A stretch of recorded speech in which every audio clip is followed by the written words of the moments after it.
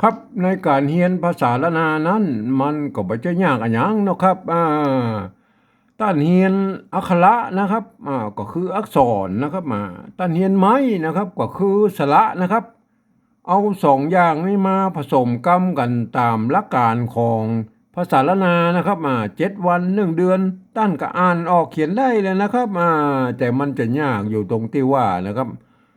จะเอาไปขยายความให้คนอื่นได้ฮู้นะหันโดยนี่ก็อันนี้มันยากตอนนี้นะครับเพราะว่าอันภาษาละนานั่นมันเป็นภาษาที่มันตายไปแล้วนะครับเหมือนได้ใจในตังราชการมาเมินนะครับเปิ้นลืมกันไปแล้วนะครับทีนี้เฮาอ่าจะเอาภาษาอื่นๆเนี่ยมาเขียนเปิ้นฮ้องว่าปริวัตินะครับภาษาที่ใกล้เคียงที่สุดของภาษาละนานะ โทษทีครับ ก็คือภาษาไทยนะครับภาษาไทยนั่นแหละครับมันเกิดมาจากที่เดียวกันนะคือพ่อขุนรามคำแหงนะครับหรือพญารามนะครับสามกษัตริย์แห่งละนานะครับเจ้าอยุธยาเปิ้นก็เอาไปเป็นอักษรไทยนะครับไปปรับเป็นอักษรไทยนะครับก็ใส่ไม่เอกไม่โทไม่ตีไม่จัตวานะครับกากาก้ากากานะครับได้5 เสียงนะครับอันส่วนอ่าละนานั่นน่ะเปิ้นก็เอามาเขียนอักษรธรรมนะครับก็คือบาลีละนานะครับต่อมาก็เอามาเขียนเป็นภาษาชาวบ้านนะครับก็คือใส่ยังรุ่นแรกก็ยังบ่มีไม่เยาะไม่ซัดเตอร์นะครับก็เขียนไปตามนั้นนะครับ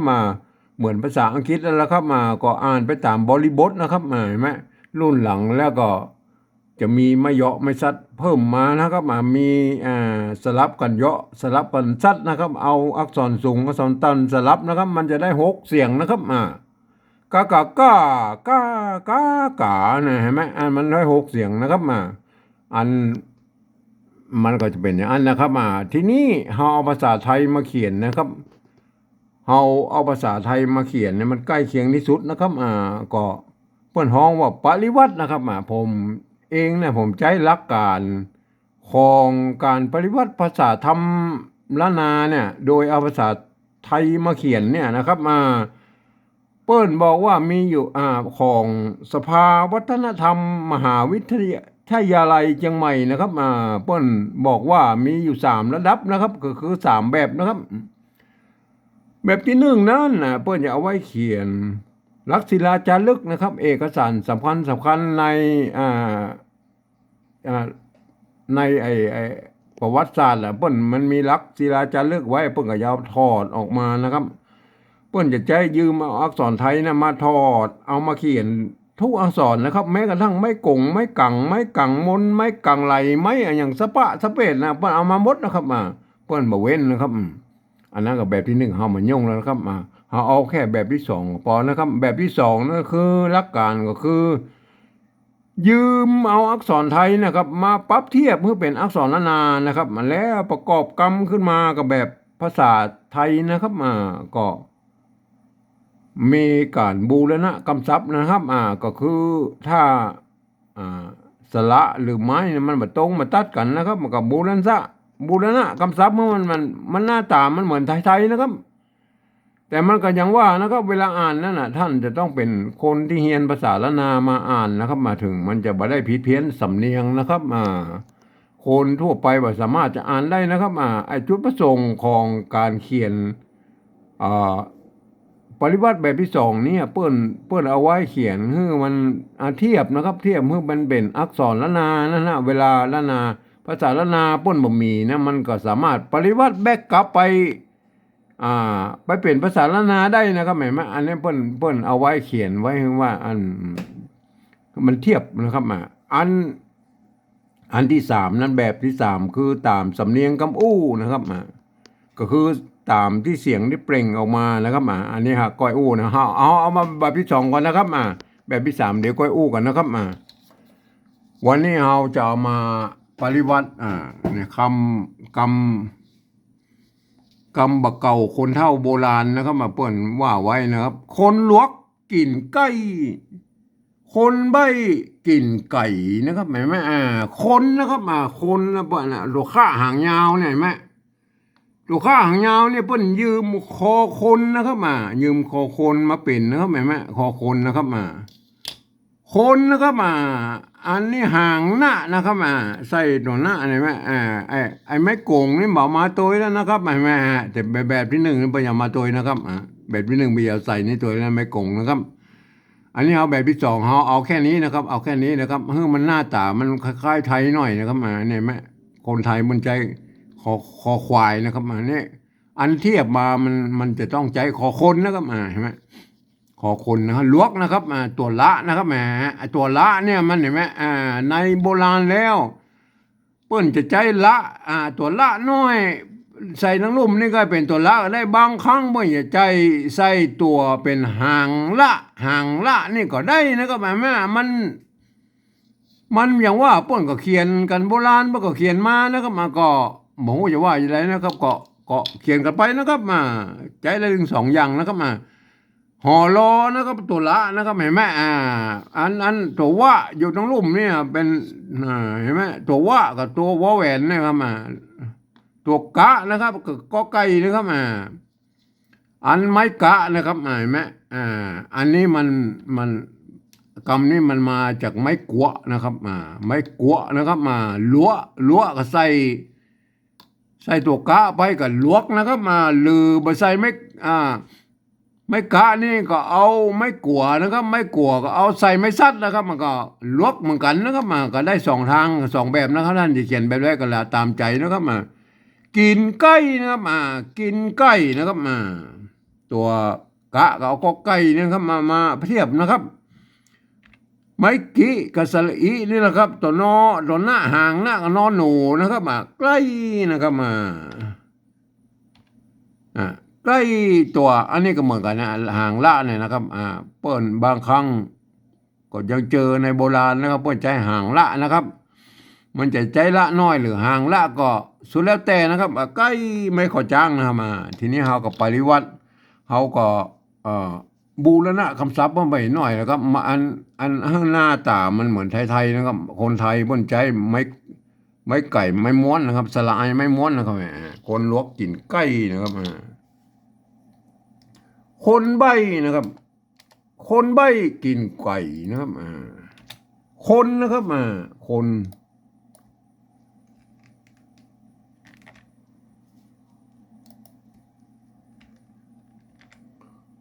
นะครับตัวข้าเนี่ยใจตัวคอคนนำมาเทียบนะคนแล้วก็มาคนตัวน้อหนูนะเห็นไหมตัวหน้าหางหน้าคนใบนะครับใบตัวไม้ไก่นะครับตัวบะนะครับก็คือบอใบไม้นะครับไม้ขอจ้างก็คือไม้โทกินนะครับกินก็เนี่ยนะตัวกะก็เอาตัวกอไก่นะมาเทียบไม้กินะครับตัวหางหน้ากับนอนหนูนะครับไก่นะครับไก่นะครับคนใบ้กินไก่นะครับ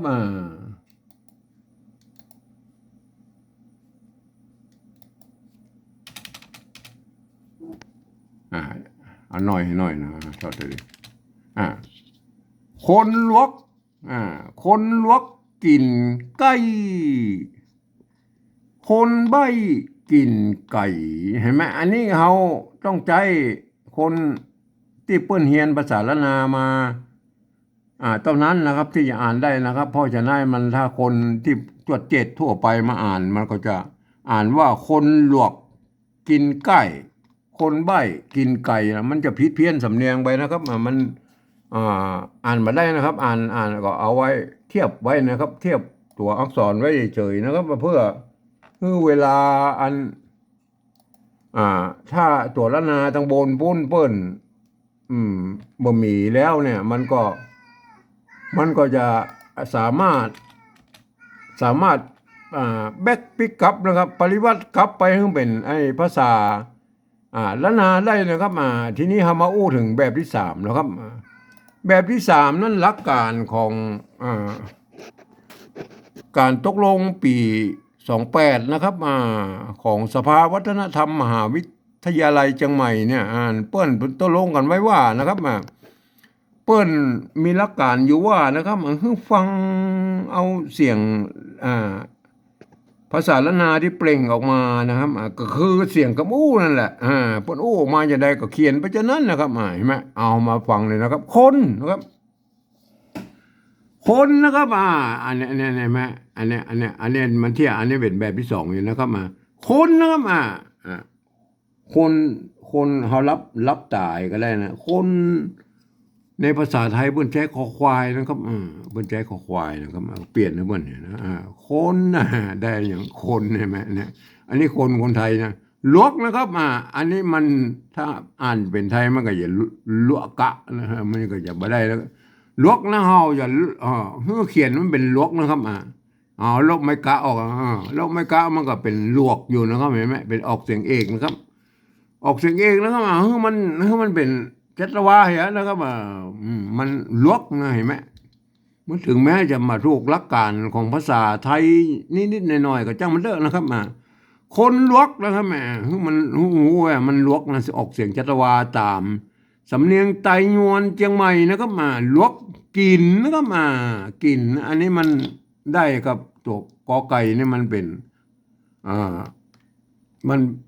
มันเป็นอักษรกลางในภาษาไทยนะครับก็ผันเล็กกูเสียงนะครับกินนะครับกินนะครับใกล้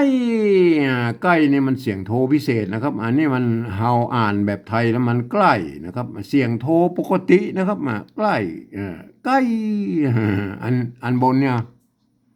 อันบนนี่มันอ่านตัวไม้ไก่นะครับตัวกะนะครับตัวละนะครับไม้ขอจ้างนะครับเห็นไหมอันนี้ต้องพอเป็นอย่างอี้นะครับใกล้ มันใกล้ได้เห็นไหมอันลุ่มเหรออันลุ่มนี่สระไอไม้ม้วนนะครับกอไก่นะครับลอลิงนะครับไม้โทนะครับคนไทยพูดอ่านว่าใกล้นะครับ มันใกล้มันบ่มีครับในภาษาไทยมันบ่มีครับเสียงนี้ครับเปิ้นบ่มีมะไม้โทพิเศษเนี่ยเปิ้นบ่มีนะครับวรรณยุกต์ไม้โทพิเศษเนี่ยเปิ้นบ่มีนะครับเพราะฉะนั้นผมเองนะผมเอาง่ายๆเดี๋ยวนะครับเอาใส่จุดไว้นะครับเห็นไหมใกล้ ตัวอื่นๆนั่นเขียนไปตามนั้นนะครับเปิ้นเขียนเอาภาษาไทยเขียนสะกดได้กู้เสียงนะครับมันต้องไปเปลี่ยนเปิ้นนะครับมันต้องไปเปลี่ยนเปิ้นนะตัวอื่นนะเปลี่ยนไอ้ตัวที่เปิ้นเขียนมาได้เนี่ยนะใกล้ เนี่ยใกล้เนี่ยคนลวกกินใกล้ มีจุดนี้ออกเสียงโทพิเศษนะครับใกล้คนนะครับคนนะครับคนเปิ้นใจคอควายนะครับภาษาไทยเนี่ยใบ มาแล้วเสียงโทพิเศษนะครับอันนี้คนไทยเปิ้นอ่านว่าใบนะครับเห็นไหมอันแบบที่สองเปิ้นอ่านว่าไหนอันนี้ไม้ไก่นะครับตัวบะนะครับไม้ขอจ้างนะครับเห็นไหมอ่านว่าใบเสียงโทพิเศษอันลุ่มเหรออันลุ่มสระไอนะครับบอใบไม้ไม่โทอ่านว่าใบนะครับ มันใบมันบอกใบครับเอาแบบตามแบบฉบับของกินเสียงเคนะครับเอาจุดประดับไว้นะครับหูไว้ว่านะครับไอตัวที่มีจุดนี่มันเป็นเสียงโทพิเศษนะครับโทเมืองหรือวัดประสิงห์เปิ้นห้องวัดตีเพี้ยนนะครับตีเพี้ยนนะครับวัดประสิงห์เปิ้นอย่าใจตัวเอียงนะครับเปิ้นอย่าใจตัวเอียงนะครับมันจะห้องตีเพี้ยนหรือโทพิเศษโทเมืองมันก็คือเสียงอันเดียวกันนะครับก็คือเสียงอยู่ระหว่างเสียงโทปกติถึงเสียงตีนั่นนะครับก็คืออยู่ในระหว่างนั้นนะครับมันก็อยู่กลางกลางกันนะครับในภาษาเสียงนี้มันไม่มีในภาษาไทยนะครับจะเทียบเสียงในภาษาไทยได้ก็คือเสียงตีตายนะครับตีสั้นนะครับใบนักใบนิดเห็นไหมเต้าอันนะครับแต่เพียงแต่ว่าเสียงโทพิเศษโทเมืองเนี่ยมันยาวนะครับยาวนะครับอันเสียงตีสั้นมันสั้นนะครับมันใบนักมันยาวไปได้ก็มันนักแค่นั้นมันยาวครับมันก็เ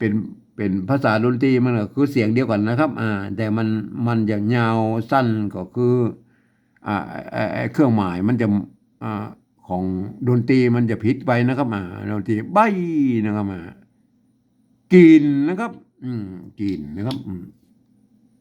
ใส่ไม่จัตวาปนเหียนะครับกินไก่แล้วนี่มันคนไทยเพิ่นอ่านว่าไกลนะครับไก่นะครับอันภาษาละนาเนี่ยเปิ้นตัวละนี่เปิ้นเอาประกอบไว้เฉยๆนะครับตัวนี้เปิ้นมันเป็นตัวกะนะครับ ตัวละนะครับเปิ้นเอามาประกบไว้เฉยๆนะครับ เขียนให้มันงามมาได้นะเวลาออกเสียงนะเปิ้นบอกออกเสียงตัวละนี่นะครับ